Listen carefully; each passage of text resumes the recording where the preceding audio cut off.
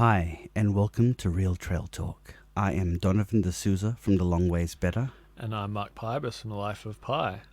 Welcome to episode 85. We have, I think, what's become my favourite podcast to record. I'm not sure about you, Donovan, but it's our year in review podcast. It's our most dependably will happen episode. Yeah.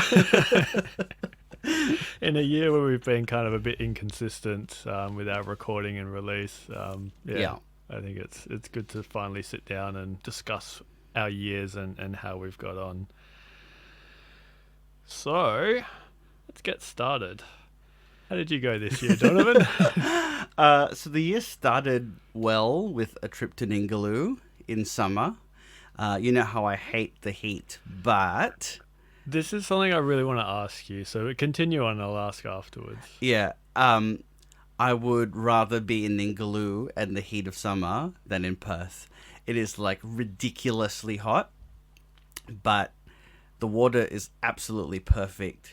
Basically, you know, if you want mid-20s temperatures as your ideal, then spend every day in the water at Ningaloo because it's mid-20s temperatures. And the clarity was fantastic. Just loved it. We went back in April. I would never go back in April. You know, yes, great to see the whale sharks. I know that probably sounds a bit ungrateful to be like, yeah, we saw the whale sharks, but visibility was awful. And so, you know, the one high was the whale sharks, and then the rest was just low visibility. Yeah. The big hike of the year was Mount Augustus.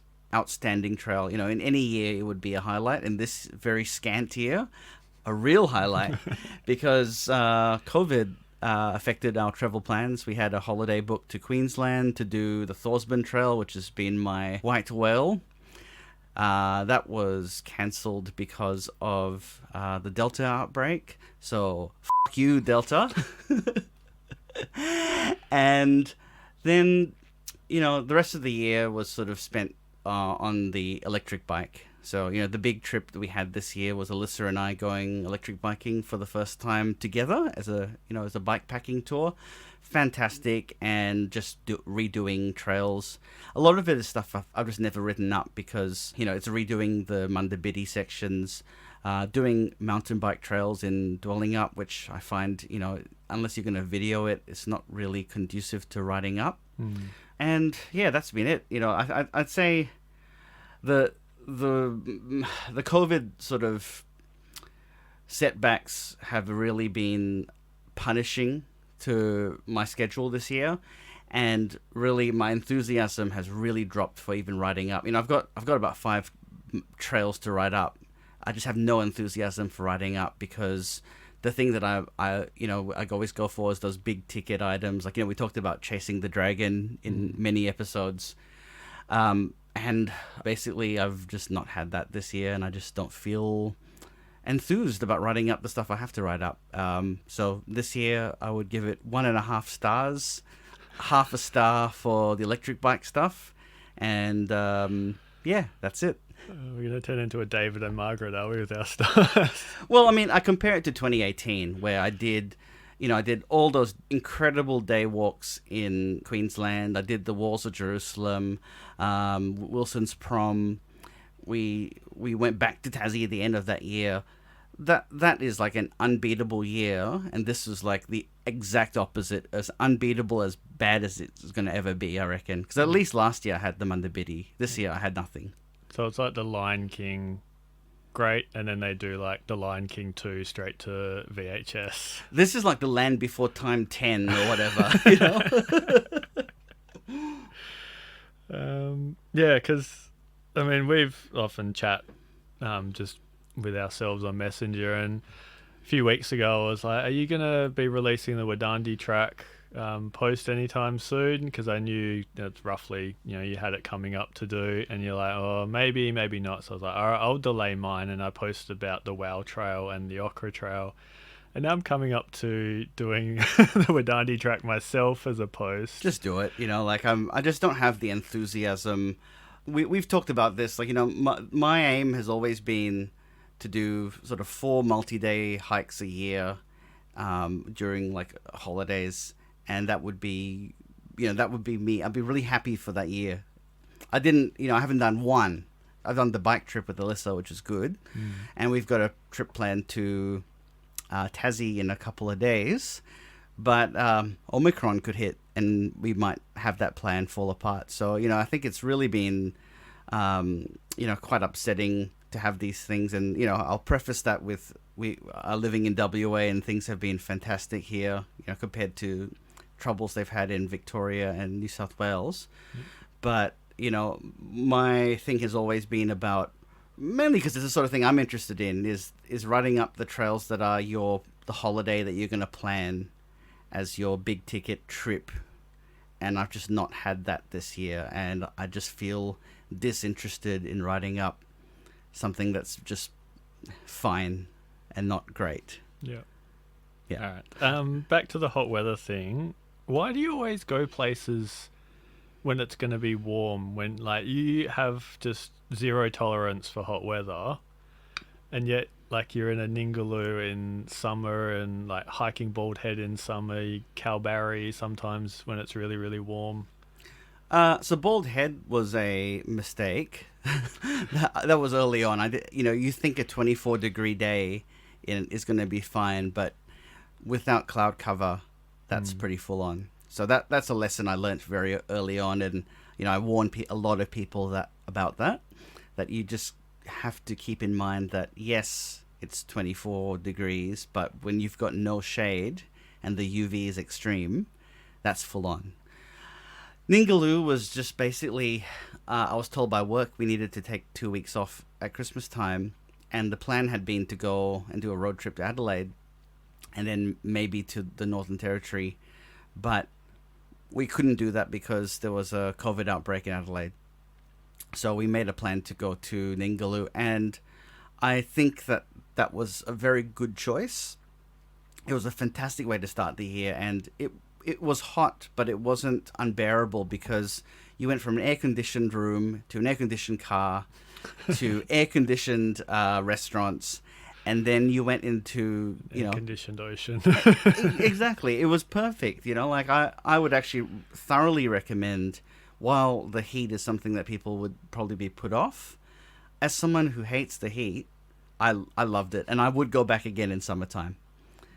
Just there's a risk of, cyclones. Yeah. All right. My 2021 was what I would call a more normal year, and probably a really lucky one. I had one interstate trip, which was the April one to Tassie, which we lucked out on because the day after we arrived back, that's when we went into our second lockdown in Perth because of an outbreak in the community. So yeah, most of the summer, like the early part of the year, was spent training for the Mundabiddi. Because I decided, before Christmas that that's what I wanted to do. Sometime in spring, I was going to do an end-to-end. Tried to drag Aaron out a few times, but that just became difficult. So I just did it on my own. So out on the road bike quite a lot. And by March, I think I was probably the fittest I've been in some years, or at least according to Strava. Just doing like 40, 50, 60k rides at 150, 160 beats per minute, just trying to sustain that, got me really fit. So that was good fun. And then kind of mixed in with that was a bit of snorkeling. So put Medham's Pool onto the website. The Cottesloe Eco Shark Barrier, which I had to change because apparently someone didn't like that I had it as the Eco Shark Net or just the Shark Net. And then trips out. So I went to Point Perrin, didn't write that up because it was bad visibility, as sometimes you get at Point Perrin.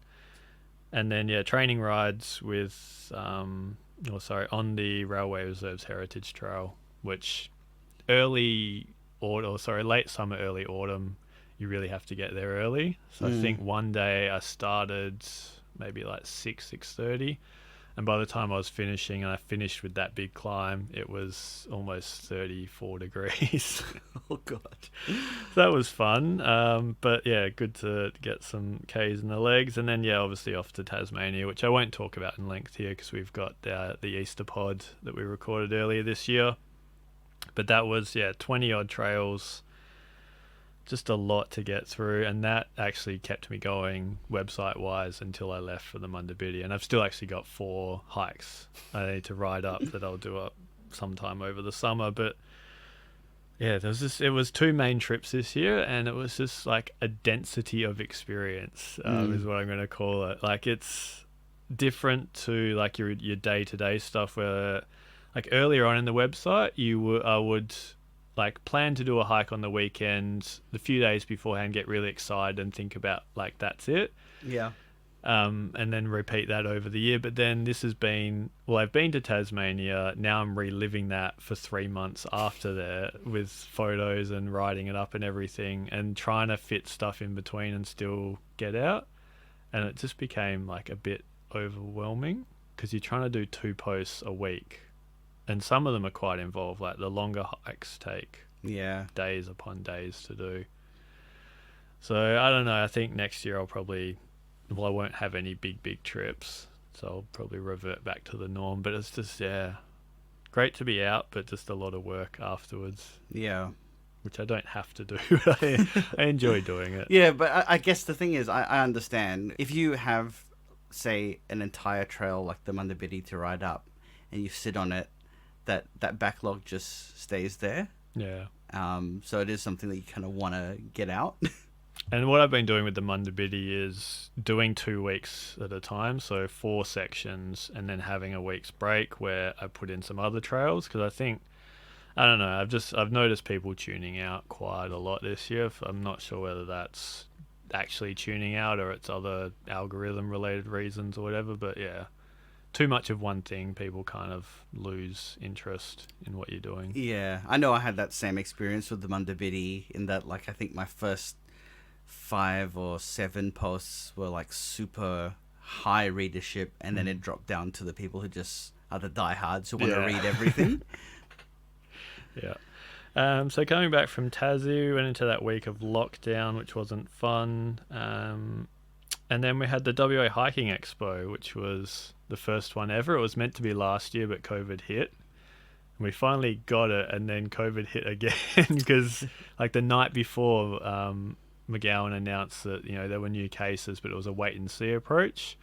But it was kind of, everyone have their mask on and just be prepared. But despite that, I think the turnout was quite good. Yeah, it was really good. So yeah, really pleased with that. There was lots of walks to do. There was lots of exhibitors. A few there that were just kind of very disappointing, didn't have a face. But hopefully they'll come on board in 2022. And just good to like connect with people. Like you could see a few people come up and be like, "Oh, not really sure, but yeah, I'll come and talk to you and say hi." It was nice having a few random people come up to me and go, "Burnt Jarrah." I may have paid them to do that. Then through the middle of the year, just like random trails, like Kalamunda Railway Heritage Trail. Did that on the bike, and that was good fun. Hiking with friends, we did that 70k Kalamunda Mundaring loop together that almost killed me because I hadn't been on a bike for quite a while. And you're on your e-bike, like prancing up the hills. Like it ain't no thing. Yeah.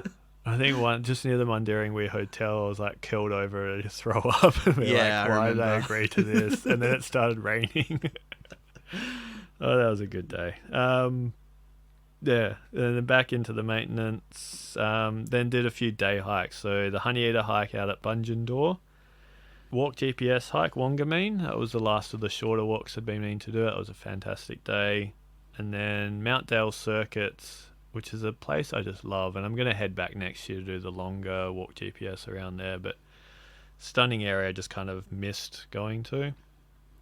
And then leading up to kind of leaving for the Mundabiddi, took my niece out to Tom Road on the Bib track. That was good fun, introducing her to overnight hiking, and I think she really enjoyed it. But the issue now is she's so busy, like to the 10-year-old kid, or almost 11, like I wouldn't think she'd be that busy, but with gymnastics and school and netball and everything, it's hard.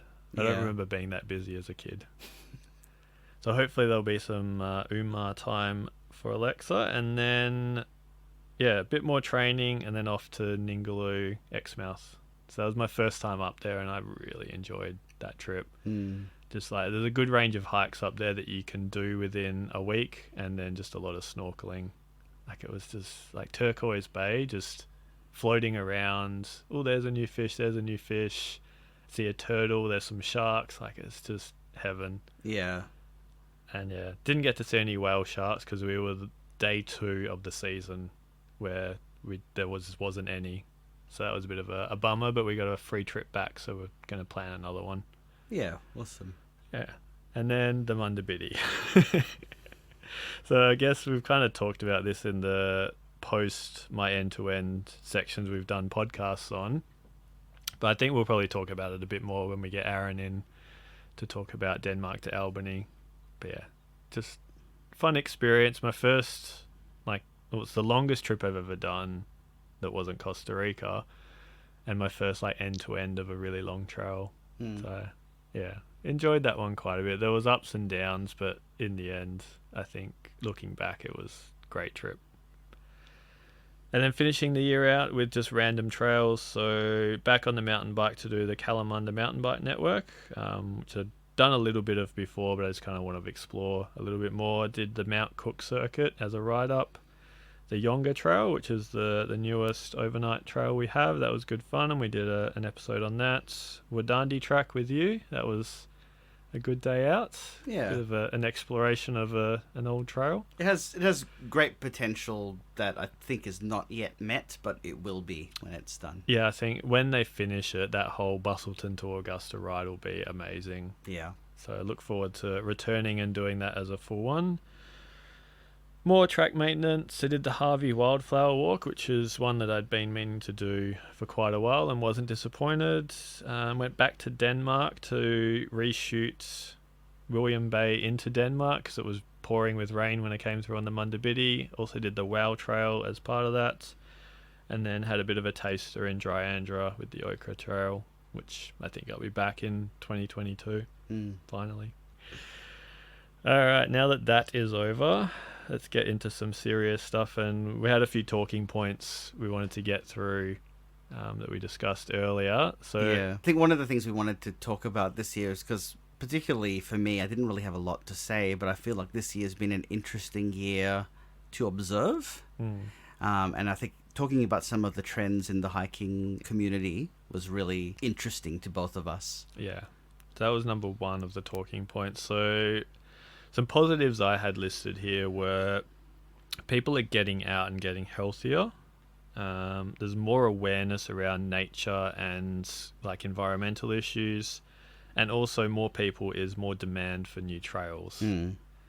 Yeah, the numbers have certainly exploded in the last 2 years since COVID. There were photos that were taken of Ellis Brook where it was just like a conveyor belt of people. Yeah. And there were photos of Kitty's Gorge car park in the Jarradale end where it was just down the street, and that was unheard of not too long ago. Yeah. I mean, every time I've been to Kitty's Gorge, it's been fairly easy to get a park. I think I've gotten a park right in front of the information bay. Oh yeah, never have I ever had to park anywhere else but in the bay. But I mean, I'm usually an early riser anyway, but then returning, definitely the last time I did Kitty's Gorge last year, there was noticeable wow, there's a lot of cars here, and I don't think they're there to visit people at the cemetery. No. And I think it's really positive for the community that we're seeing the numbers going up, because I think for a long time hiking has been seen as just something that people did, and not a lot of people use the trails, so who cares? We won't maintain it, we won't build anything new. Yeah. But I think it's undeniable that hiking has really taken off. And I mean, walking has always been super popular in Perth, but it's just taken off to levels that are stratospheric. Yeah, it's your more casual walkers that are coming in now, and maybe they'll convert to be full-time hikers that really get out a lot. But yeah, just seeing just the casual people and the families, and even just I don't know, it's one of those cliches that if you're single and on your profile you say you enjoy hiking, but do you actually go hiking? I think it's more of those people that now actually go hiking, so that's good to see. And it's just, I think there's a difference between someone who lives in Kalamunda who does a Shire of Kalamunda walk just because it's conveniently nearby. Like, we're seeing people actually drive to do the Numbat track or to do Kitty's Gorge. And those are people who, you know, before there was this attitude of, oh, it's too far, they can't get to it. But people are actually going out to do it. I think the prime example of that is every time you drive on Albany Highway and you pass Sullivan Rock, the car park, like the overflow car park, is always full on a weekend. Like, every time I'd been there before, I was lucky to see another car sometimes. Yeah. But now it's like, yeah, there's just a lot of people there. Which also brings us to some of the negatives of the growth in the WA hiking community is you see a lot more examples of people doing the wrong thing. Yeah. Because either they aren't educated, they don't care, for whatever reason. Like, it's it's sad to see. And also social media is now a big thing, is people are going to post what they're doing. Yeah, and I think what's disappointing is I've seen, you know, in the lust to get people to go to the national parks, that you see the tourism pages sometimes rewarding bad behavior. Like, there was a video shared by Tourism WA of, like, someone who did the hike in the Kalbarri Gorge, and they're just lighting a fire, and there's footage of that. Yeah. And, you know, yes, I know we've criticized DBCA for their prescribed burns, and, you know, some people say, oh, well, it's no worse than what DBCA do. Yeah. But, I mean, you know, come on, I feel very much that you and I have always kept this as a really important thing, is that we try to do the right thing in national parks. I can think of only one time where I did something slightly naughty, which was I went to Spa Pool in Karajini when they said not to. But I did that in a very careful way, and I wrote up why I thought it was okay to do it. Yeah. But never have I lit a fire in a area where there's not supposed to be fires. Never have I gone to, if I knew that an area had sensitivities, have I done that. And we've seen videos of people just doing sort of stuff that encourages bad behavior. And I think what I would say to people who are getting into that is keep in mind that you are an example for other people, and that just because it looks cool to have a fire in your video, don't do it. Yeah, I mean, we had Josh Carr on, and he did the Stirling Ridge walk, and he posted in his video that, you know, he was lighting a fire, and while he was actually up there, he was texting me. I was just like, well, it's not something I would do just for these particular reasons that I gave him. And he was wet and miserable and just wanted a fire, which kind of I would have been okay with, but then he posted like footage of that, and which then encourages more people. Yeah, and I'd say, look, if you're going to do something bad, don't film it. Yeah, you know, like, just be. You know, when I was in Queensland, I had the opportunity to do Mount Warning, and I never did it because my view was, what example do I set for other people if I go do that and the Aboriginal people in the area don't want you to do it? And I just think that if you're an ambassador for these places, that you just have to be careful with what you do, because you are an example for other people. Yeah. And I mean, it's not just like anyone posting about, you know, a national park or whatever, but it's just, yeah, I think the issue around people overestimating their abilities has become quite prevalent as well. So, I mean, they've closed Handrail Pool in Karajini because it's just, to get a rescue in and out is 8 hours, and there's just been too many of them. And like, you know, you've been there, I've been there, you see people doing these class 5 trails that you look at them, you're like, no, you should not be doing this. Yeah, and the tourism people have as much to blame for that, because they always have like a guy in board shorts and thongs, girl in a bikini and thongs, and it's just like, no, this is actually a hike. You need shoes. And that's where I got really pissed off with people with the Spa Pool closure, was that if you were just wearing the right shoes, you could actually get up the rock. Yeah. But it's because they encourage this sort of, I guess, fantasy land image of like buff guy and, you know, sexy girl in bikini as the walker, that they don't think about the reality of it, which is that you need to be properly geared up for some of these things. And yes, you know, there are people who go overboard. Like we've seen on Trails WA, people talking about bringing like a snake bite kit for like a walk in the suburbs. Yeah. And they're like, come on. But there is a level of, you need to be prepared for some risk, and people are just not. and the tourism boards, I really say, have to take some blame for that. Yeah. Well, I mean, as we said when we brought your dad in to talk about risks, like you can have all the signs in the world and people will still ignore them. So like it's not always up to DVCA to have all these warning signs. Some people just ignore them anyway, which hurts the rest of us. Yeah. Moving on, social media. This is one that it's a blessing and a curse at the same time. We've both had our issues with it. It's also helped us a lot, grow an audience. What are some of your talking points you want to discuss about social media? Well, you know, I mean, if you look at when the last time I posted on social media, and the last time I posted on social media was to promote my bear who wanted to have an outlet, and I actually just gave up on it because, like, I am just so sick of Instagram, you know, like I really just do not care. I log on there once a week now because it just has no interest to me.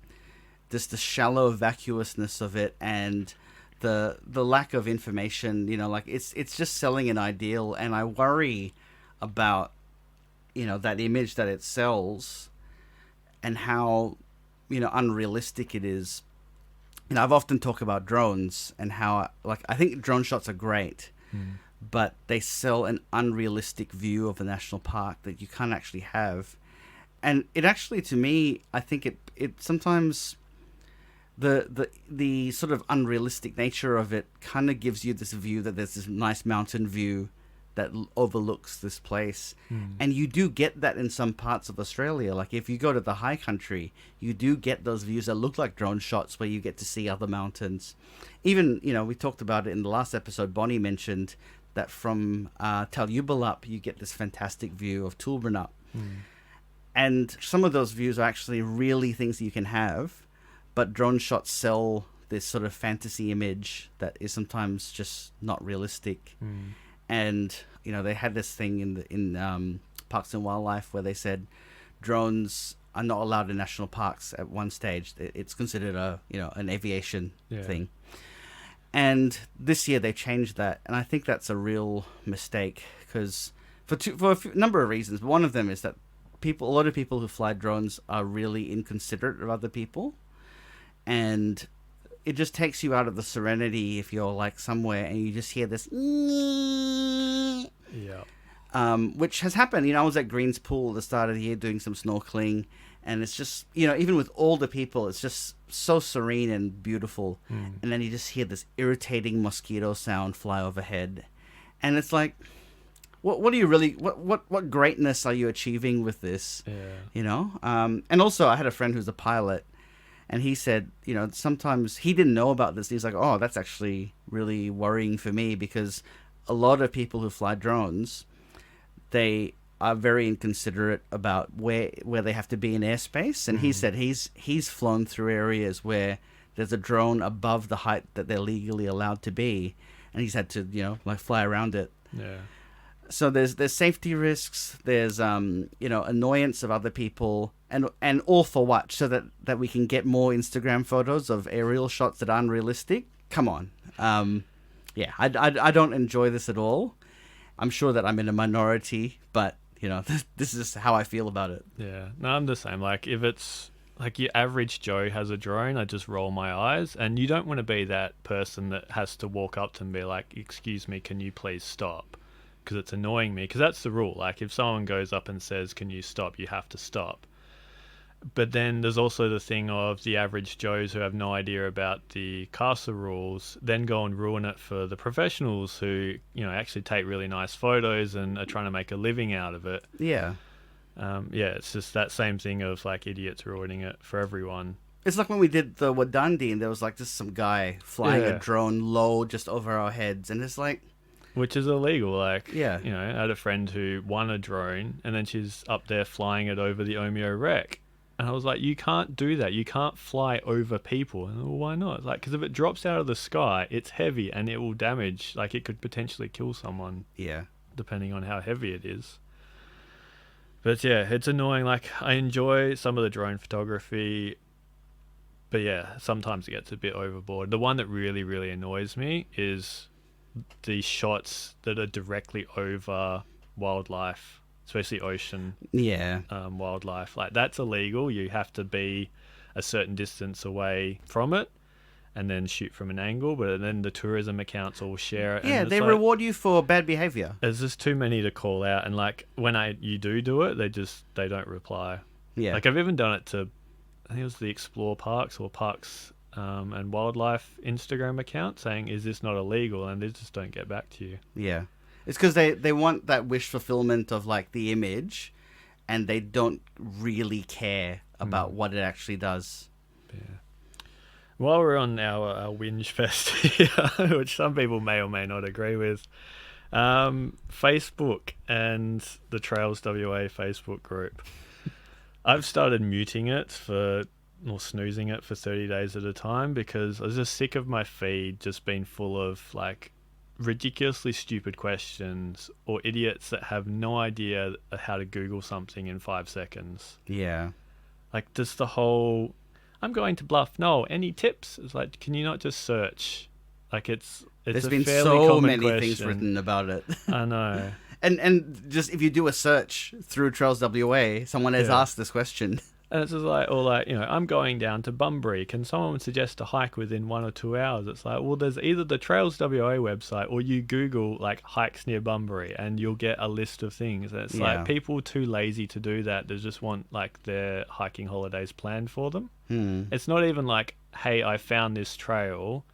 It says this on the internet. What are people's thoughts? Like, what are your experiences? Like, that's genuine and probably worthwhile, but it's just those really annoying questions that get to me. And then Trails WA itself has started, like, anytime someone posts about something, they immediately go in and post a link to their website, which is fair enough. It's their group, they're allowed to do what they do. But like, sometimes I just think they're pointing everyone just to a source that's either not great or isn't fantastic. And it's even more annoying when they do that when we post to there. It's like, stop hijacking it. Because I mean, like, I think I would say that what I've written up about Mount Augustus is the most detailed information about the trail that you're going to find, other than maybe there's a few peak baggers who've done it and they've written up very detailed information.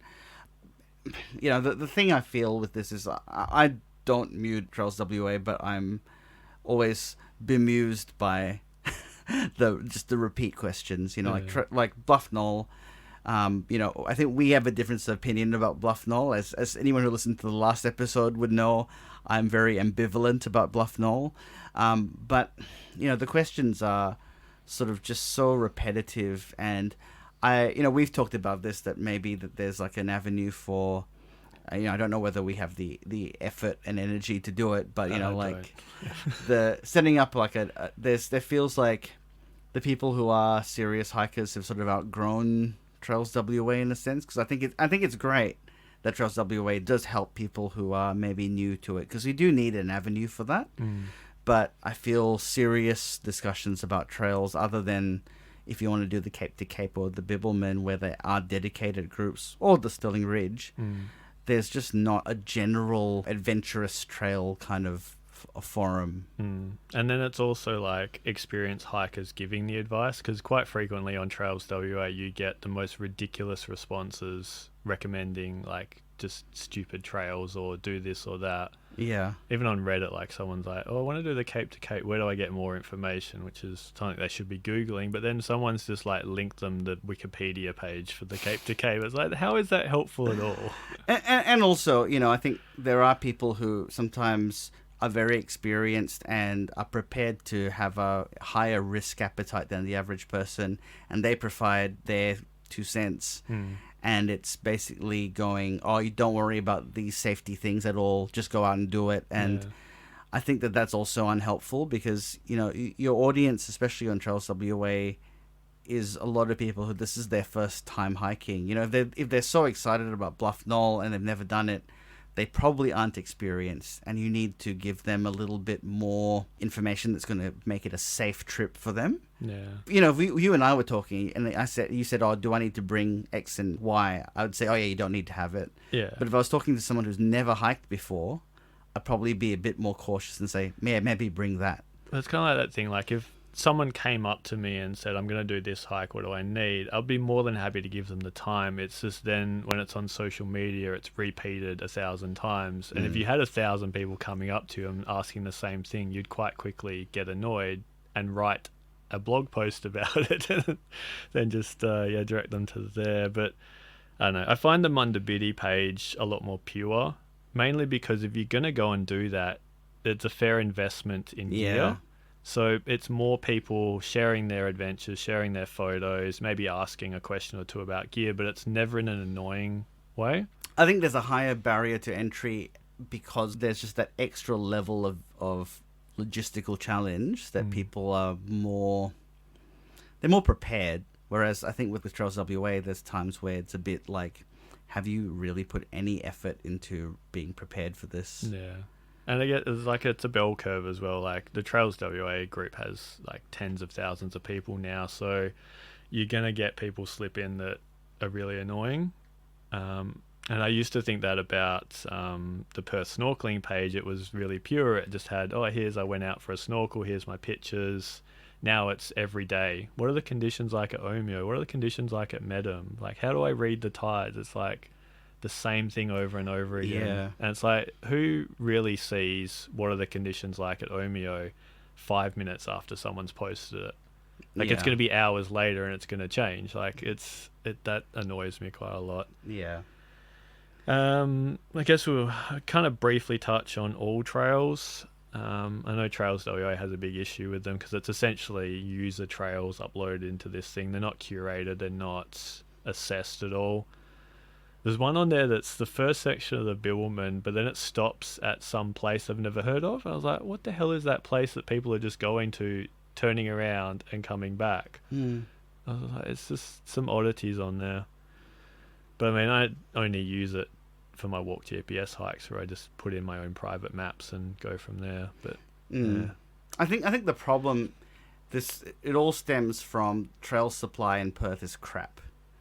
If it was better, people wouldn't be turning to these. And All Trails, I think, has a lot of problems, particularly with hiking trails that are actually just mountain bike trails. Like, there'll be people who said, I did this walk. And it's like, oh, okay, so you went to Dwelling Up and you walked the mountain bike. Trail. And that is super dangerous. You know, like, I've done them on a bike.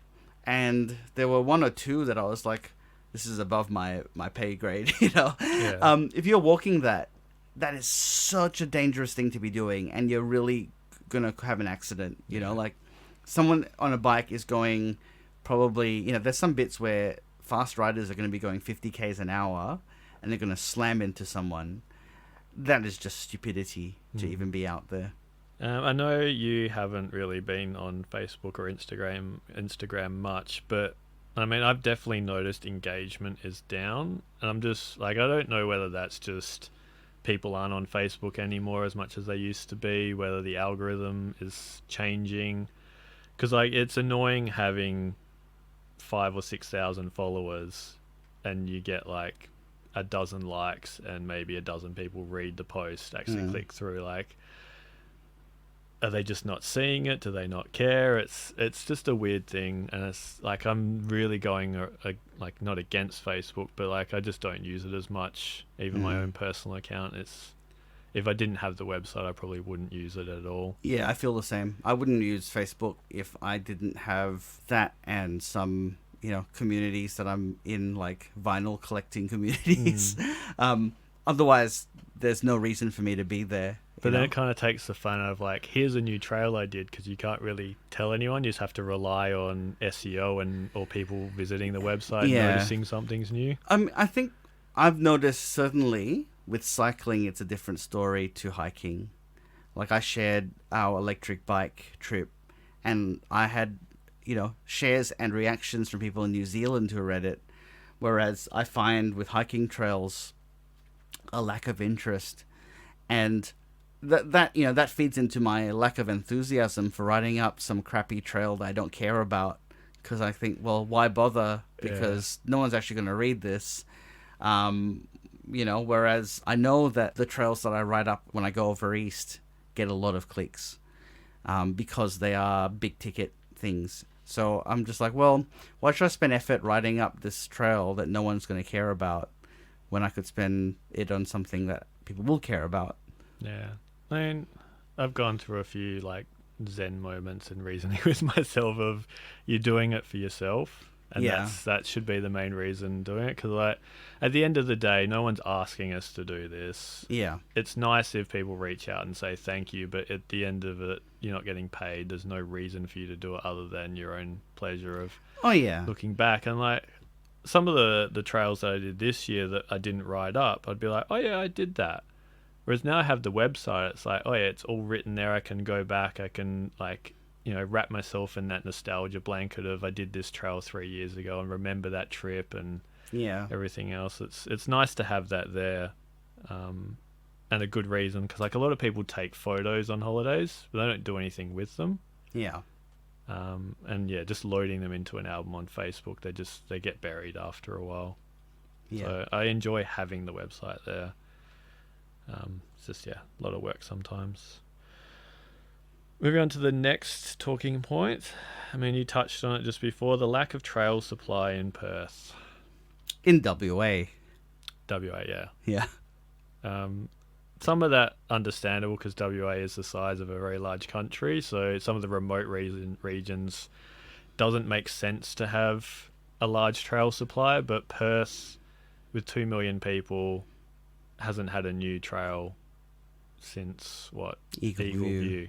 Yeah. 20 years ago. Of significance, Yeah. not just like putting up markers on a vehicle track. Actually, sorry, no. If we ignore the Wajimot Biddy on mainland... Yeah, mainland WA, Perth. mainland Perth. It's been quite a while, and like we've had the hiking strategy come and go.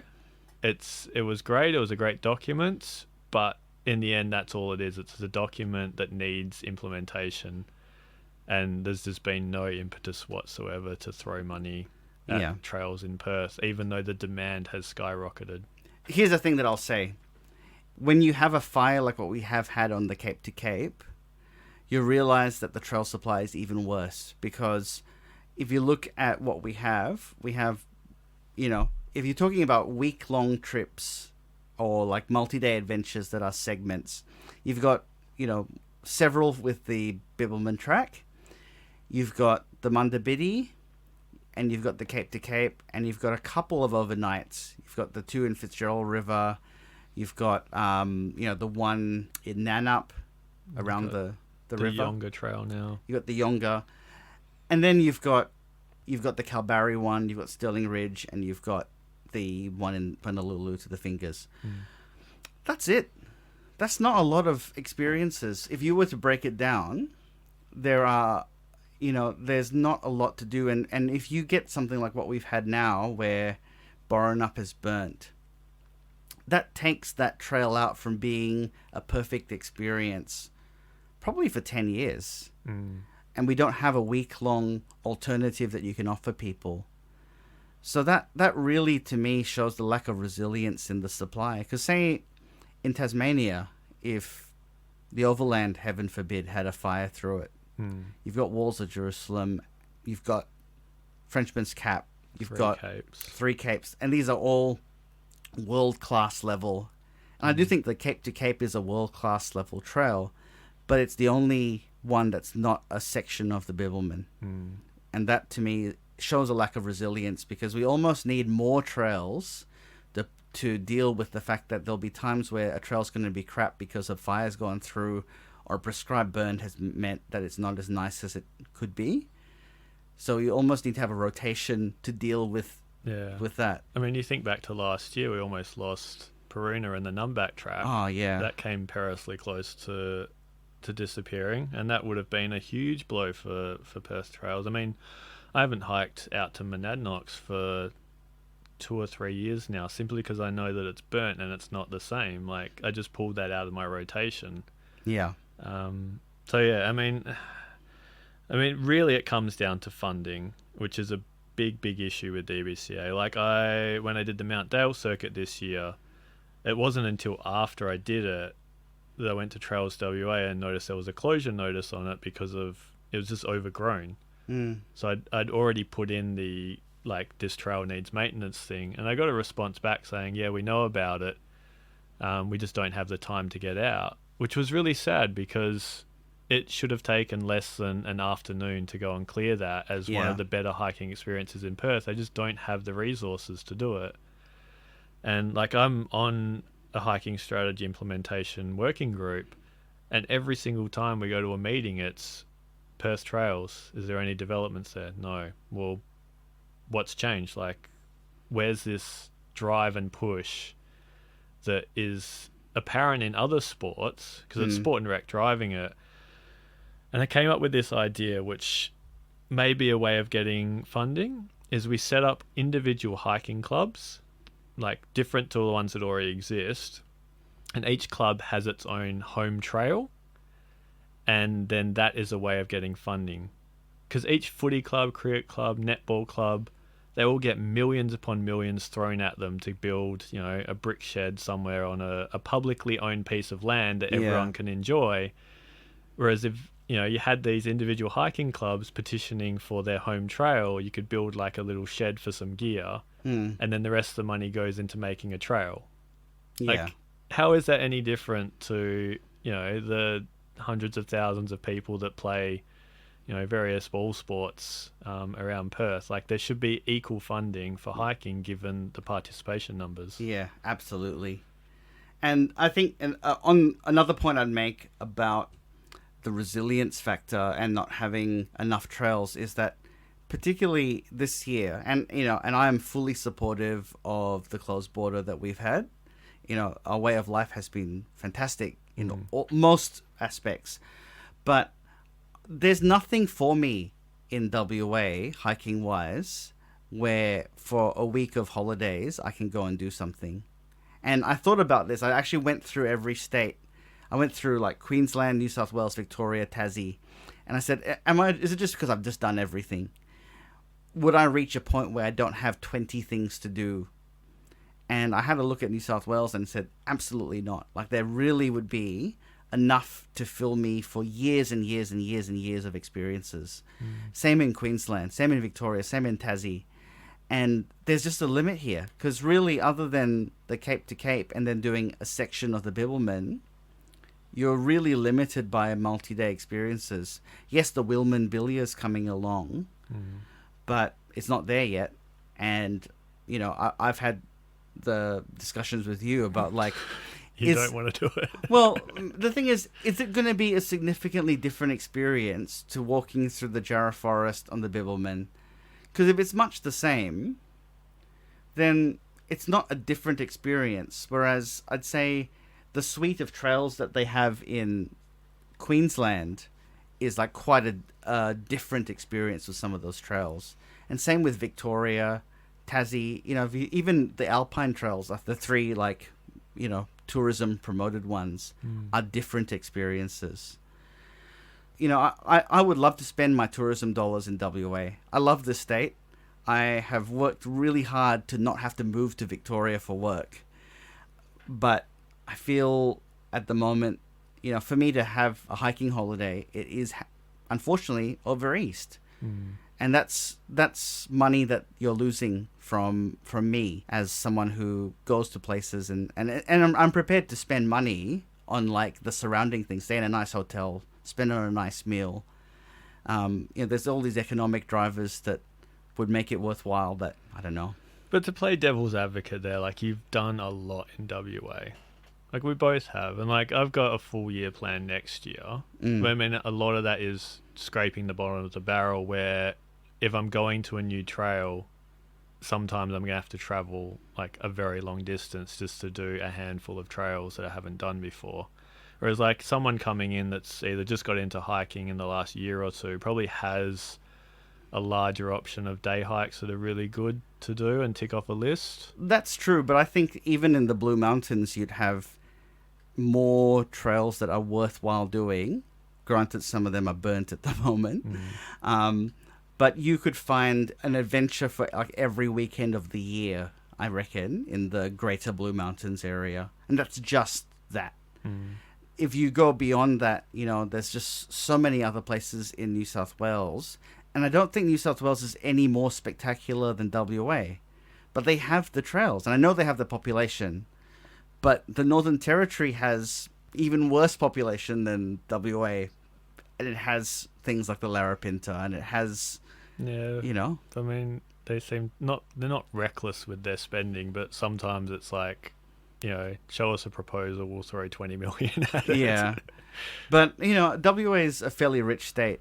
And I think that, yes, there are barriers because of how big the state is, but more could be done. And, I would love to be able to say in a year I didn't have to leave WA because there was a 3 to 7 day trip that I could do every quarter that was exciting and different. Yeah. I mean, the COVID relief packages that are coming in, like, it's great that hiking's getting some money, but at the same time, it's like, where's the rest of it? Like, Yep. that tiny amount isn't enough, especially if that's spread out over 5 or 6 years. And really, as I've said before, that there's an arms race on the eastern states. Like, they are spending millions and millions and millions on trails, and we are falling behind. Yes, I think we're doing fantastically on the mountain bike space. Like, we're ahead of most states on that. But for hiking, terrible. All right. Next one we had was our influence in trails and overcrowding.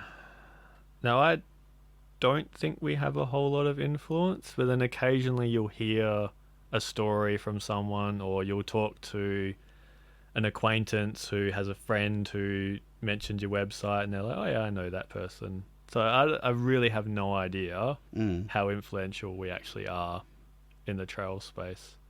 So I did the Numbat track in 2012, I want to say.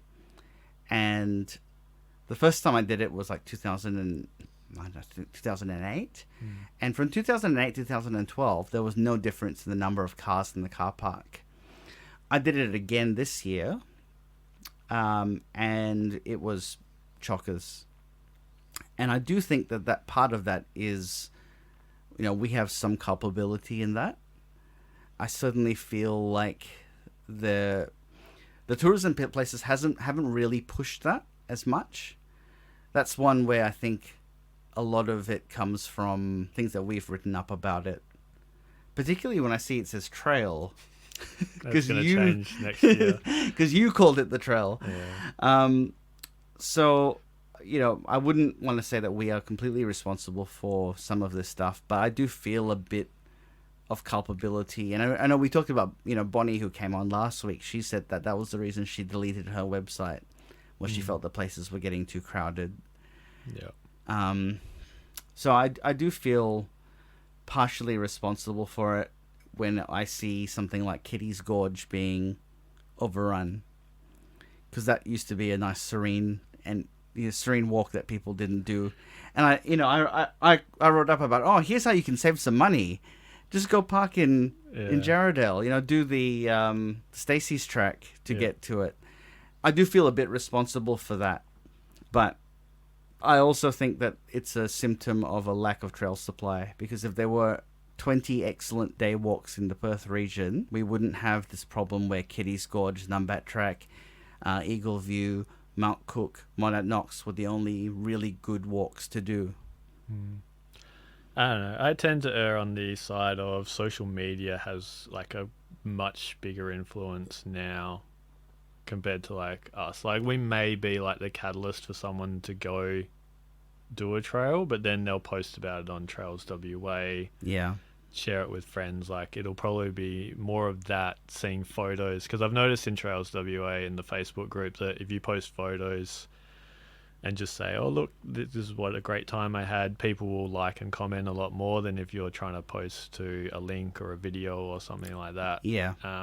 I think that's more influential these days. But then I don't know, I had Tracy from Off the Beaten Track message me the other day because she was on Nancy's Peak and overheard some people talking about why it's called Nancy's Peak, and they were directly quoting a line from my website that was meant as a joke, and they took it seriously. So I don't know. People must read. I don't expect people to read. I just expect people to like check out where the trail starts, what information, like length and that, and then maybe look at the pictures. But Yeah.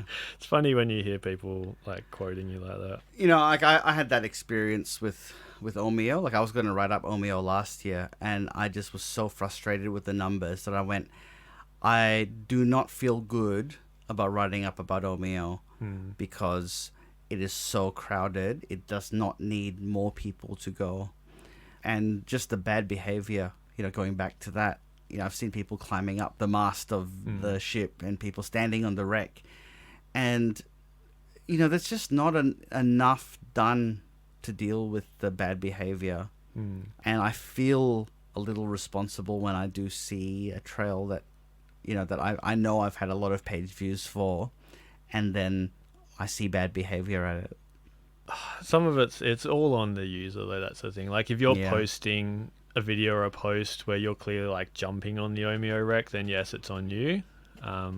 But I think just telling people that places exist, it's not like in America where they have this big issue of people posting these like not secret spots, but spots that clearly can't handle large crowds. Yeah.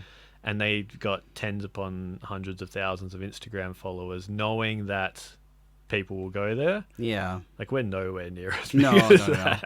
And I think the challenge is always with national parks, and you know, like, have you seen the Ken Burns National Parks documentary? I've seen a little bit of it, yeah. Because they talk about that, about there's a tension in national parks of leaving it alone and making it so that people see things, because when people see national parks, they care about it, and then, you know, conservation efforts happen. But there's always that tension of like people go there and they ruin it as well. So and you got to find that balance, and it's really hard to know because, you know, sometimes a lot of trails get knocked back for environmental reasons, but then, you know, a bauxite mine can go through the same space, and that's okay. And they'll say, oh, you know, but you know, animals are not going to be able, if you walk on the granite, the animals won't be able to live there. And it's like, well, what about when you log the whole area to mine it? You know, that seems to be okay. So, you know, sometimes it's one of those things where if you build a trail, yes, it maybe is to the detriment of the environment, but it also ends up being better for the environment because it prevents something way worse from actually happening. Yeah. I mean, prime example of that is the Pattons Brook Trail. So I just sent an innocuous email to DBCA like, why is there a pine plantation on the edge of Mundaring Weir? Like, is it not going to be replaced with natural forest soon? And their immediate reaction is, we're going to close the trail. I was like, what the hell? Like, it's a trail that existed, it had proper markers, it was on the information boards at the Perth Hills Discovery Centre, and they just went and ripped it all out. I was like, well, it's stupid because we can't hike in water catchment areas because apparently just walking will leave like this huge environmental disaster for the water supply. But sure, drive some trucks in, drive, you know, your pine plantations through, clear the land, do whatever you want through there, that's fine. But yeah, hikers can't do anything. Yeah. That annoys me. And that comes down to the issue of lack of trail supply. Is all the really good hiking land is locked up in water catchments. Yeah. So yeah, I can't wait until Rule 13, the water crop doesn't exist anymore, which is the big blocker. But yeah. Moving on, we talked about logging and mining and everything. You wanted to mention the conservation wins for 2021, which were a couple of big ones. Yeah, you know, certainly, you know, there can be a lot of downers talking about this sort of stuff, but we had some major ones, you know, like with Ningaloo, we've had some really great safeguards come in to protect the area, and, you know, it's the nursery of, you know, so many species of animals on the most pristine coastline in the world anywhere. So I'm glad that, you know, the campaign to save Ningaloo and to stop, you know, the pipeline that was going to get built have actually been successful. And of course, the big one was the ending of native forest logging. I was so happy. I literally cried when I heard that. I was out just near, what's the campsite on the Mundabiddi before Denmark? Jinang Bijabap. I was like climbing the hill towards there, and I just checked my phone. I think I was taking a photo, and Karis had messaged through saying it's just been announced they've ended native logging. And I was in this really beautiful section of forest. I was like, thank God, because I'd spent the last couple of weeks basically doing a tour of all the environmental destruction of the FPC in the southwest. And it was just nice that, like, just even from an economic sense, it never made, like, why would we waste taxpayer money? Because they operated a loss like the last few years for a few hundred jobs. Like, it was all political. Yep. And then if you take into the account the value that the environment has in carbon storage, like recreational uses for the animals, like it never made sense. And now, well, not now, but from 2024, hopefully that will just stop. And which is a huge win for the state. And big thanks to Jess Beckling and the team from WA Forest Alliance, because they had a huge influence in this. Yeah.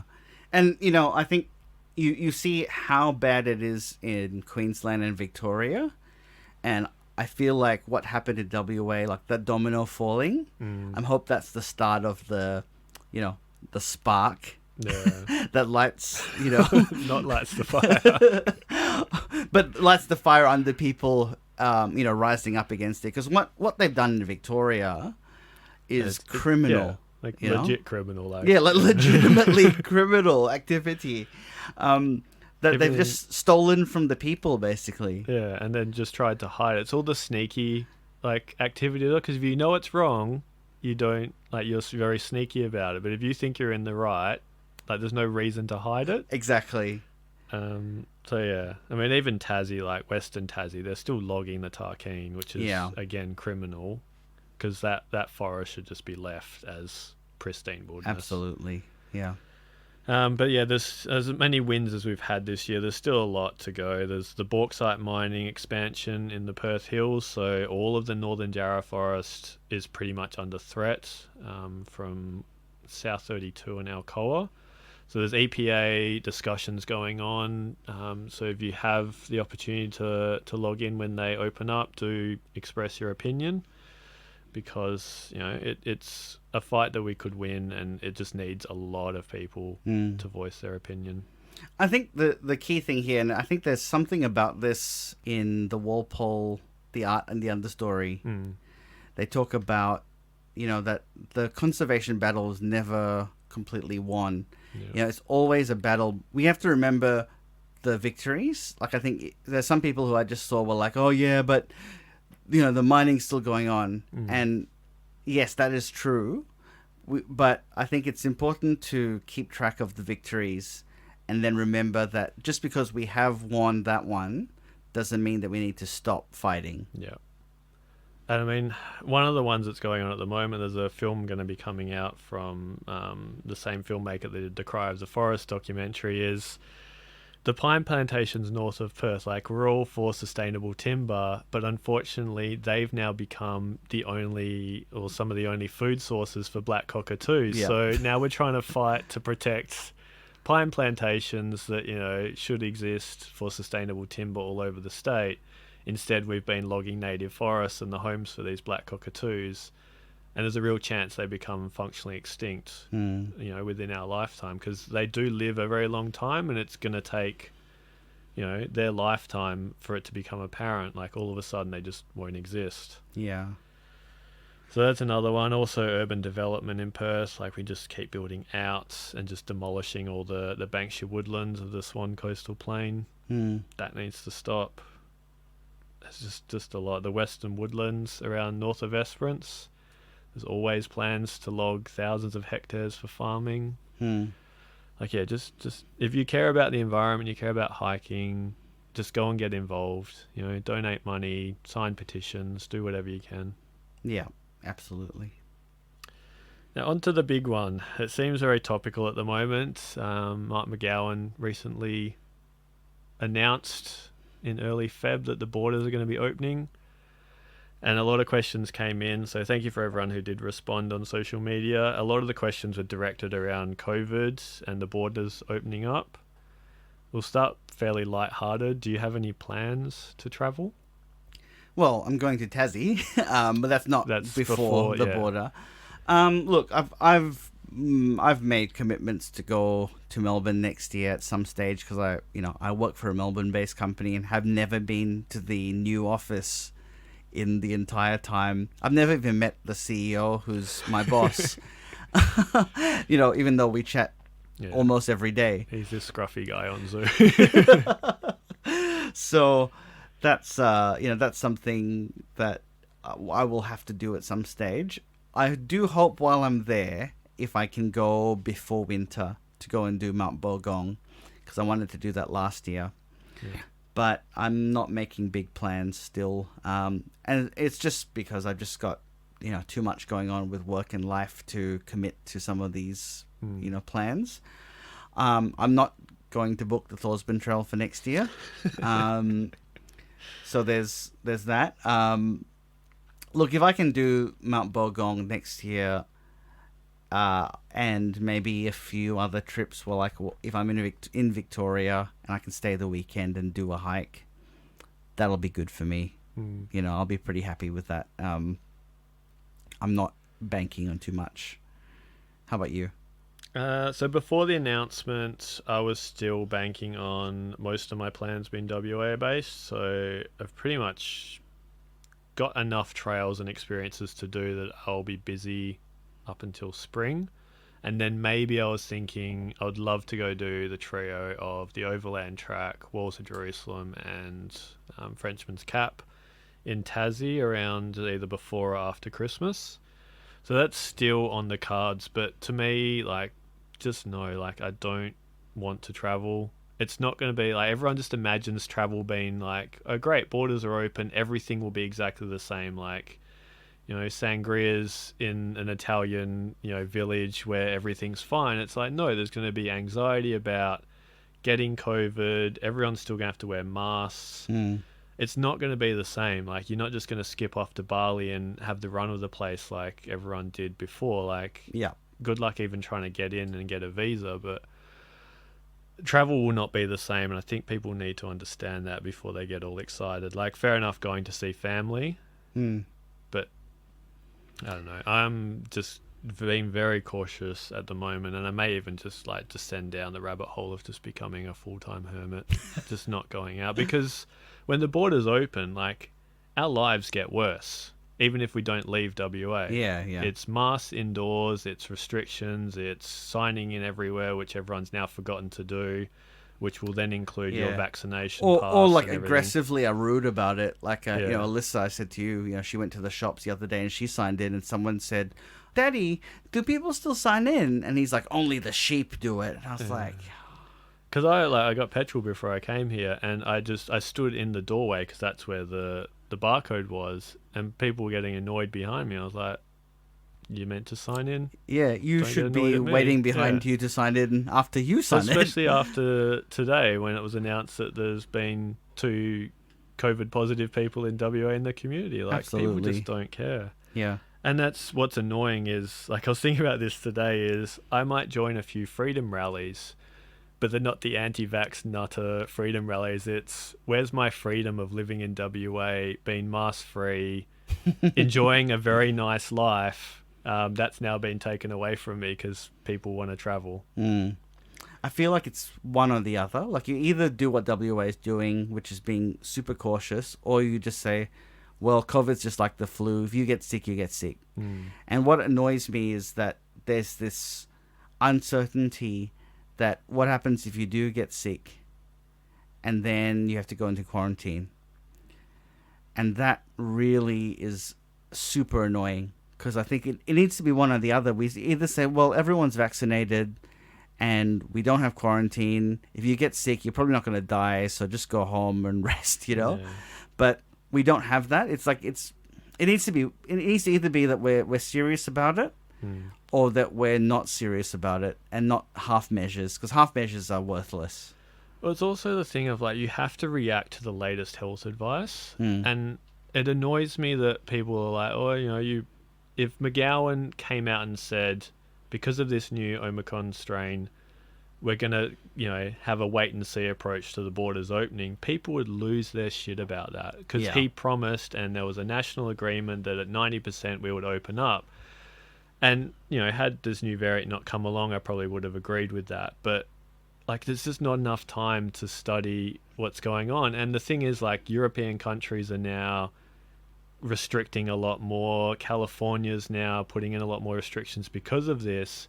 And essentially, when we open up on Feb 5, we're going to be no different to those countries. Yeah. People are allowed to come in unvaccinated. They're allowed to come in. And as much as they say you need a negative test, like the truck drivers today prove that you can come in with a negative test and then all of a sudden be Absolutely. positive. Yeah. And it's just like, I don't know. Like, as I said, I'll just become a hermit. Like, I'll go to the shops, I'll have my mask on, I'll do everything, but I just won't be going out. And I guess hiking will probably become a release for me. Like, I'll go and do hikes where there's just no people and just wait and see what happens. I just wish that it was one or the other, as I said. Like either we don't care or we do care. Yeah. Like if we're gonna say, oh, it doesn't matter, but it does matter, then what's the point? Because as you say, like you could get a PCR test that comes back as negative and then still bring the disease in. It's like, well, then what's the point of that? Then we might as well just get sick and let it be what it is. You know. So yeah, anyone who asked a question, I hope that answers it for you. But yeah, I won't be going anywhere special. Like before COVID hit, we'd plans to go to Hawaii, and like I follow a few accounts based in Hawaii, and it just doesn't seem very good over there. Like they just don't want people traveling there. Okay, so on to a lighter subject. A few people had questions about bike packing, which was good because we've both shifted towards that kind of genre over the last couple of years. Yep. One of them was like the gear setup that we both have. So I've got a post that I've written about this. I don't think you've really talked about your full setup, which has kind of changed now that you've got an e-bike. Yeah. So I'm still in the process of that because I've been doing a lot of battery tests, and during one of my last 2 battery tests, I had a rear rack that carried 2 batteries. And from all the bumps, it snapped. So that's to be determined. So one of the things I might do next year, depending on what happens, is a fast 9-day or 8-day Bandabidi on electric. Because one of the benefits you have is that you can do those sort of Ks and it feels fine. So if there's a few things I'm working on between that. So I've gone away from the seat post bag to a rear rack just because I need to carry 2 spare batteries. And I'm looking at probably getting like a bike bag dude frame bag that I can put batteries into, because I think I just need something custom unless the bag that Aaron has works with my frame. And then I've got a fairly structured front bag, mainly because I want to have like my food and my camera in there, not get it crushed, because the roll bags are better in terms of carrying stuff, but they're also awful for like sandwiches being smushed and access to cameras and things like that. So that's what I'm thinking with that. So I'll have a rear rack with a fairly chunky bag that can hold 2 batteries, a bike bag dude frame bag that's custom, or the Epidural bag that Aaron used, and then my front bag from Toe Peak. And that will be my setup with some water bottles, and yeah, that's it. Yeah. How about you? So I kind of lucked out with my gear. Like I knew what I wanted, and then I went and bought it, and thankfully it all worked out quite fine. The only issue I had was carrying my thongs underneath my saddlebag. Like the webbing that you tied into didn't quite work, even if I had carabiner clips. Just kind of flop everywhere after a few bumps. But yeah, I've got the double-ended dry bag on the front, on the handlebars. That fits a lot of stuff, mainly clothes, various items. And then I've got 2 cockpit bags for my water bottles, which actually has the dual purpose of limiting your turning circle, so you, like when you stop, all that weight doesn't then cause your bike to like slip under itself, which was really useful. A little snack bag on my saddlebag, frame bag, which wasn't maximizing the space, but it did quite a good job. And then rear saddlebag held most of my sleeping gear plus a few other things. And then I had to carry a backpack simply because there just wasn't enough space for everything, which I was going to carry anyway because of the camera clip on the straps was just the easiest way to carry my camera around. So yeah, I'm quite happy with my setup. I don't think I'll change anything for future trips. If anything, I'll just carry less gear. I know we've talked about an Easter trip on the Mundabiddi. Yep.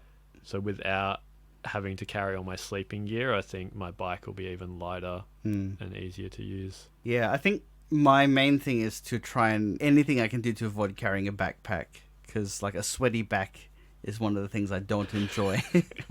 Well, yeah, riding in winter, it wasn't such a big issue. I was going to carry it anyway, so I needed to have like weight in there. But yeah, it does get uncomfortable at times. But yeah, it was like after our episode with Brad, and he was talking about all the Surly bikes and the steel bikes, I was like, oh, why did they not come up in my research when I was looking at bikes? And the reason was they cost like over $3,000 just for a steel bike and some basic suspension. So I'm guessing that's why I couldn't be as smug as I wanted to riding through the Alcoa wasteland. Yeah, I mean that's as we were saying, you know, when you told me that, I was like, yeah, that's like the same price as my electric bike. Yeah, or even like, you know, a carbon dual, not even a dual suspension, maybe not carbon, but like you probably wouldn't want a carbon bikepacking bike.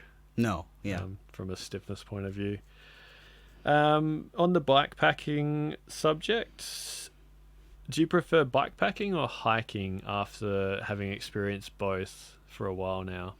Bikepacking definitely in terms of like replayability, because there are sections of the Bibbulmun track that I would not enjoy doing again. I did Dwelling Up to Collie, including one of the worst sections of the entire Mundabiddi. I still had a fantastic day, and there's just been so many times where I've been redoing it and I've just had a massive smile on my face, and I don't have that replay value when I do a hiking trail as much, unless it's really spectacular. Because like I would happily redo any of the you know, the big ticket trails in Tassie, but I would not have that same reaction doing some of the ho-hum sections of the Bibbulmun. All right. What about you? I'm still very much a hiker. Like, I enjoy bikepacking, and I'm not sure whether this is just because there had been a time gap between doing most of the Bibbulmun and then doing the Mundabiddi, but I found the Mundabiddi more of a physical slog, especially when it came to the hills. Like, when you get it on a hill on a hike, you don't slow down that much. Your legs may hurt a little bit, but you can still keep a pace. Whereas on the Mundabiddi, when you've got a 30 kilo bike, if the gradient gets too much, that's it. You're off the bike and you're walking. And then it becomes even harder because you're pushing 30 Ks up a hill rather than riding. And like, you know me, like we did the Wadandi track, and I thought I was being quite good in stopping fairly infrequently to take photos. But you were like, what are you doing? Why are you stopping? And like that to me, like I stopped so many times on the Mundabiddi to take photos, which probably made it a lot harder in the end. But like I just enjoy just like slowing down and taking it all in, and like, you know, there's a wildflower there, or like I'm going to look at that tree, or there's a bird there, I'll watch that for a while. Whereas bikepacking, it's very much like A to B most of the time. Yeah. And even like some of the more enjoyable sections, like a twisting downhill, like the new switchbacks near the Canning River, it's like it's over in a second, and you're like, what, did I enjoy that? Like I'm trying to, but it's over now. Yeah.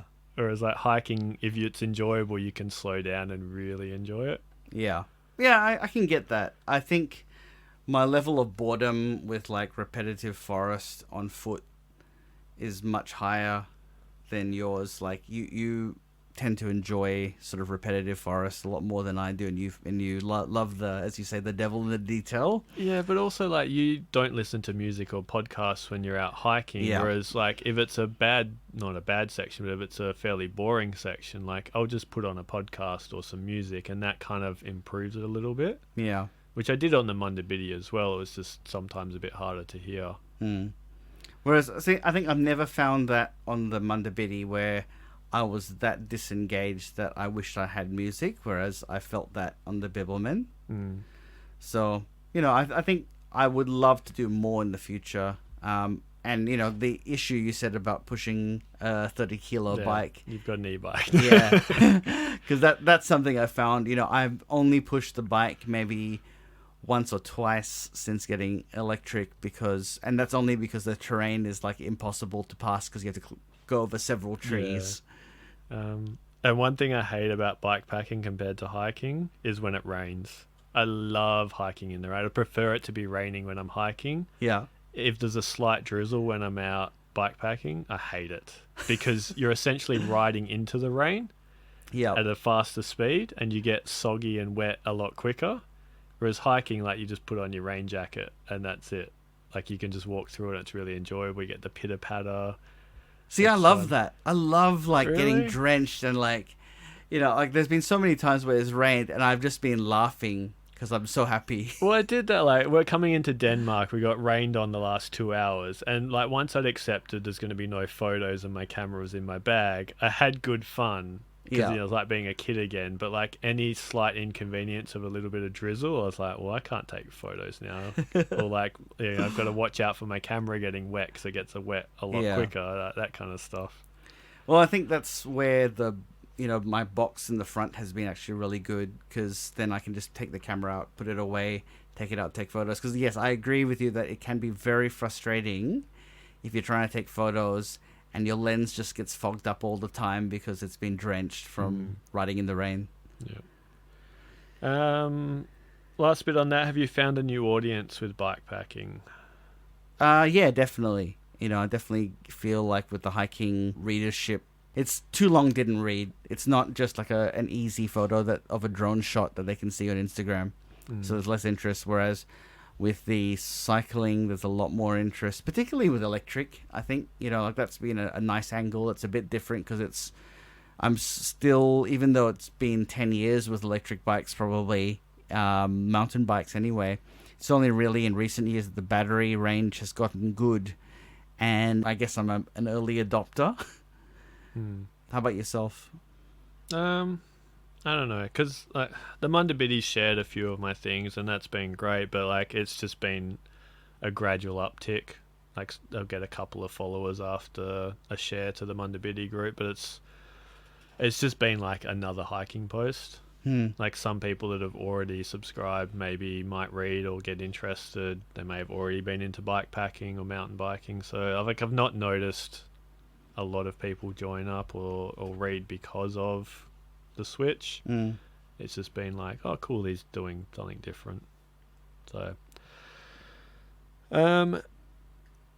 next point is maintenance and board/group involvement. So you recently became, in the last year and a bit, a maintenance volunteer for the Mundabiddy. Yep. And I've been a maintenance volunteer for the Bib Track I got my 5-year anniversary the other day. Nice. I got a badge and a present and everything. Awesome.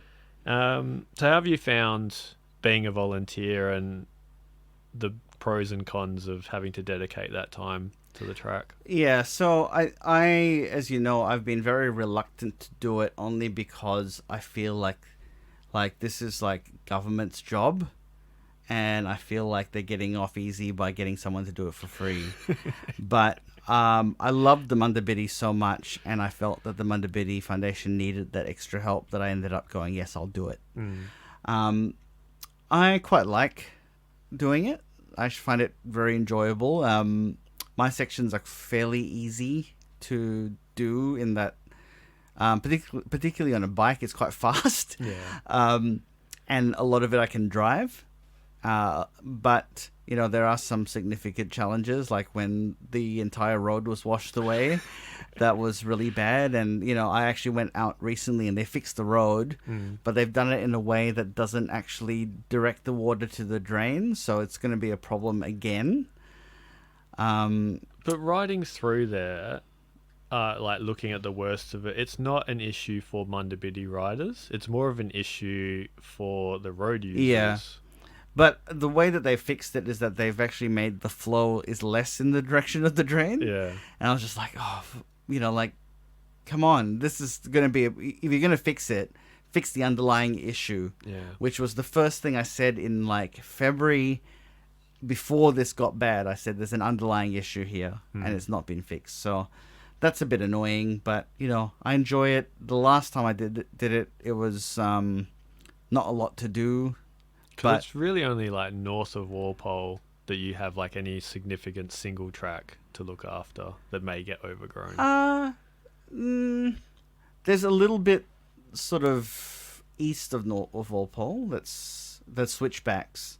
Yeah, that's what I'm talking about. So, Yeah. oh, sorry, south. Yeah, I got that wrong. So south of Walpole, heading out of town towards Albany. Yeah. Sorry. Yeah, there's a little bit of single track there, and the vehicle track that goes towards Monastery Landing can get a little bit eroded and have. When we first did maintenance there, it obviously hadn't been done for a while, and so that first trip was a lot more work. Like we were stopping every 5-10 meters to pick up branches that had fallen over and trim bushes, but it's not as bad. I mean, compared to you, where you've got near a river where saltbush just gets thick if you don't cut it back. I'm gonna have to get the brush cutter out there next year, I think. Yeah, I mean, the main reason I got into maintenance was I wanted to give back to the track. At that point, didn't realize how popular being a maintenance volunteer was. Like, I was on a wait list for over a year just to get a Perth Hills section.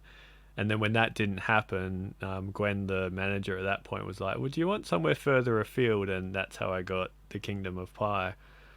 And then inherited another section around Murray. But yeah, I don't have a garden. I have a very small garden. So being able to go out and be like, this is kind of my garden, but it's also public land that walkers come through, and I need to present it in a really, really nice way. And also the Kingdom of Pie. To anyone passing through, depending on which time of year, you may just think, oh yeah, this is just like any other forest, but to me, it's really special. There's a lot goes on throughout the year. It changes, different wildflowers come up, you see different animals, different insects. I just have this deep love that I hope I have that section forever. And just this year I've put the plans in place to redirect it off Wilshusen Road, which is a terrible stretch of road that the track shouldn't be walking on for 6 kilometers.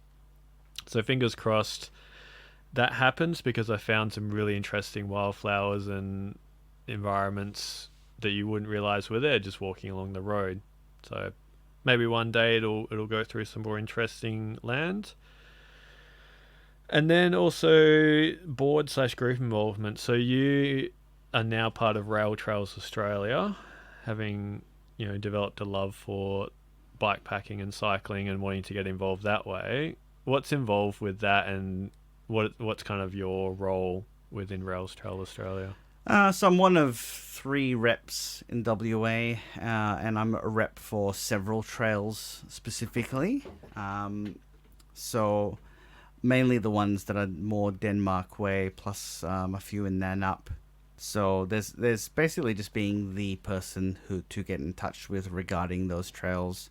There's a bit of work that I want to do in terms of advocacy with the Mundabiddi, just because there's, for example, heading out of Denmark, and when you cross the river, there's that weird loop, and it's just crap. And there's a bit of a partnership there that I think that could happen, where the rail trail could be reactivated all the way through to Young Siding, basically. And that would be a great extension to the Denmark Nornalup Heritage Trail. Yeah. I can see that they're not likely to extend it all the way to Albany, because the road is basically the trail and it'll just be boring. But up to Young Siding, there's no reason, because it's a bit swampy. Yeah. And if they just built the trail above the swamp, it could get through. Which is how the rail trail probably would have been. Exactly. Anyway. Yeah. Exactly. So I really do hope that's something that I need to actually make some time next year, just to speak to the foundation and say, hey, look, what can we do here to support you guys? It's the job of Rail Trails Australia is mainly advocacy. And they also just had a website update, so I helped out with writing trail descriptions for the website for a number of trails that are under my care. Yep. So there's a lot of that. I've been pretty busy with life and work at the last few months, so I've not been as involved as I'd like to be, but definitely would love to definitely advocate for some more stuff. Yeah. I think there's a lot of opportunity given like just how many railways were built throughout the southwest. Oh yeah. It's just, and they're so easy to ride as well, which is why the Mundabiddi uses quite a few of the old rail formations. So And I think from a bikepacking perspective, having like a choose your own adventure network is probably more exciting than a hiking version of that, because being able to pick your adventure and go for like, I want to go for a week, and you go to all different towns and you make it how you want it to be. That's fantastic. I'd love to see that. I'm excited about that space, especially like doing bits of the Wadandi. It's like, why can't we reclaim all these old routes that used to exist for cycling? Like, it's a phenomenon around the world that's, gaining momentum. So I think it'd be great if WA stepped it up. Absolutely. So for me, on the board of Hike West now, this is now my second year of doing it. We recently had a few more board members join on and some advisors, so I think that's injected a lot of interest and kind of enthusiasm into the organisation. The big event or like reason for it is now the Hiking Expo, which is going to be in its second year in May this next year. So looking forward to that. Looking forward to just being a part of the hiking community growing, more trails, more advocacy, tackling the environmental issues that affect all hikers. So exciting news in that space, and looking forward to doing some good work. Now that next year I probably won't have as many posts to do, I can kind of dedicate a bit more time. I won't have a backlog of Tasmania and then Mundabiddi posts to do. Yeah. So you'll see what comes of that. So make sure you put, I think it's the first weekend in May, the Hiking Expo will be on. So book that in your calendars and make sure you come up and say hello. All right, I thought I would include a little section here about the website, because I know last year you said there was an overhaul coming to a new platform, and that's not really happened. Yeah, so the guy who was going to do it was really free and I wasn't, and then he became really busy when I was free. So it was going to happen, and then my lack of enthusiasm at the moment, I'm kind of like, well, why bother? Because I just don't have anything to share, and I just kind of don't care at the moment. I don't know. It's one of those things where I'm not sure what I want to do with it. Like when I was thinking about the whole trails becoming too crowded, I had that sort of Bonnie moment of like, let's just delete everything, who cares? And I'm not quite as extreme as that, but I also kind of I don't know what I want to do with it. Yeah, I've had that moment a few times, like, you'll miss me when I'm gone. At the end I was like, no one will care. So my website this year, if you're a regular visitor, you would have noticed a few changes. Every now and then I'm just like, I'll just tweak around. Maybe I'll do something different. And next thing I know, I'm doing a complete redesign. Yeah. So the latest one has been moving the information to be a little bit more visually pleasing. So it's a couple of strips that are color coded depending on what region you're in, just to simplify the information and make it less buggy. Because like with the drag and drop nature of the website, lining things up was really hard and it looked a bit messy. And then also I was like, let's change fonts while we're at it, and also standardize things like paragraph widths on mobile and desktop, spaces between galleries, like that kind of stuff. And it was a lot of work, but it was like, now it's at a point where I'm like, yes. And the catalyst for that was the Mundabiddi. It's like, do I want to continue on with this format? And I was tweaking new design ideas, and I just stumbled across something. I was like, yes, I'll do that. So that was a good few weeks trying to do that. Like, I could get through, half a dozen to a dozen pages a night over a few weeks, and then all of a sudden it's now live. And it's really hurt the SEO as well, which has been annoying. So I've noticed the website numbers have tailed off quite significantly in the latter part of the year, coinciding with this website redesign. So hopefully they pick up in the future. But yeah, I mean, on average over 2021, I noticed not a significant drop, but a drop compared to 2020 numbers. I'm not sure if you look at your website numbers too much. I haven't looked at it for like 6 months because I've just not been interested at the moment. For like 2020, like peak hiking season, I was averaging 1,500 to 2,000 page views a day, with like that creeping up to 3,000 or 4,000 on the weekends.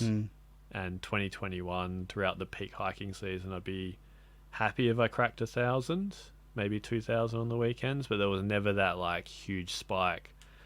I'm not sure whether people have just read all my pages and then don't bother. Some of it's the SEO, some of it's I've done some freelancing for Perth is Okay, so I've kind of like cannibalized my market a bit. Yeah, who knows? Maybe people are now just going onto Trails WA to ask all their questions. Yeah, I mean, a lot of my readership is really Victoria and New South Wales and Queensland trails that are sort of like the big ticket holiday trails. And I think that's, you know, I haven't looked at it, but I wouldn't be surprised if it was down because people can't go out and do them. Yeah. So that wouldn't surprise me that numbers are down. But yeah, I haven't really looked. Yeah. To me, because like I don't obsess over it, but like I like the stats, and like SEO is just ridiculously important because at the moment when people aren't hiking in the Perth Hills, one page provides almost 10% of my daily views, and it's down south and it's a snorkel trail. It's just because there's no one else that has like, there's one other page that has like significant information, so I'm first or second in the Google search results, because if you're not in the top 5, you basically don't exist. Yeah. So it's interesting how that all works, because you know Facebook isn't driving a lot of traffic these days. Link backs aren't that important anymore. It's all SEO, and I rack my brain trying to improve it, but at the same time, everything I read is, you know, you need to be more text. You don't need to have everything loaded. I was like, well, there goes all my photos, there goes some other things. Like I want a quality website, and if you have to wait 5 seconds, then that's a risk I'm willing to take for SEO purposes. All right, let's move on to favorite trail of the year. For you, this must be fairly easy to decide. Yeah, Mount Augustus, which would be a great trail in any year. So, yeah. You? I have a lot of green trails I've highlighted. A few from Tassie. So Mountfield West was pretty enjoyable. Mount Sprent was really difficult, but those views over Lake Pedder and Lake Gordon were pretty cool. The Shadow Lake Circuit, it's a hike in snow, so that has to be up there. Mount Dale Circuit, just because that was a fun one. Doing Turquoise Bay, and then a few sections of the Mundabiddy. So Jarrahdale to Dwelling Up, Donnybrook to Nannup I always enjoy. I enjoyed it when I rode it with you. Pemby to Northcliffe, Yirrkala to Quackrabila, basically all of Walpole to Albany. Yeah. And then, yeah, really enjoyed going back to Denmark and doing a ride from Denmark to William Bay and back. The new alignment on the Mundabiddy is fantastic. You actually get to see Elephant Rocks from above. It almost looks like a drone shot, so that's kind of cool. But I think favourite trail of the year probably has to be Shadow Lake, just for that pure surrealness of hiking in snow. Yeah, it's pretty awesome. Yeah. Next one, favourite hour on any trail? I've had a lot of moments cycling this year, so I've been fairly negative about 2021 as a year of adventure, but there have been a lot of moments riding that I'd say have been just wonderful hours. Like I think one of the great days was riding with Alyssa from Manjimup through to Donnelly River Village.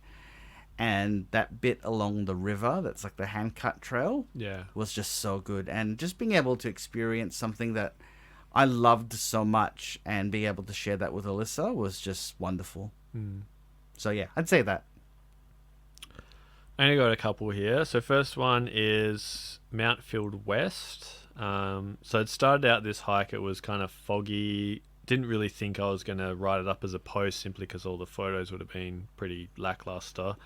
But then as I was descending down, you get towards this hut.